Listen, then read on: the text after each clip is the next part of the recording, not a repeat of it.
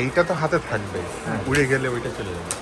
কালকে একটা ভিডিও দেখুন, খানি ভিডিও ধনুমাতে যে সে উড়ে গেছে, কোন জায়গায় আছে।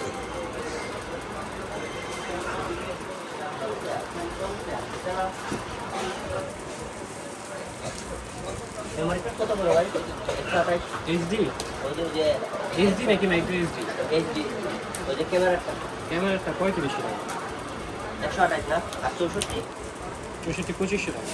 কত স্প্লিট এটা কাটটা? 160 না 205। 64 is 160 টাকা।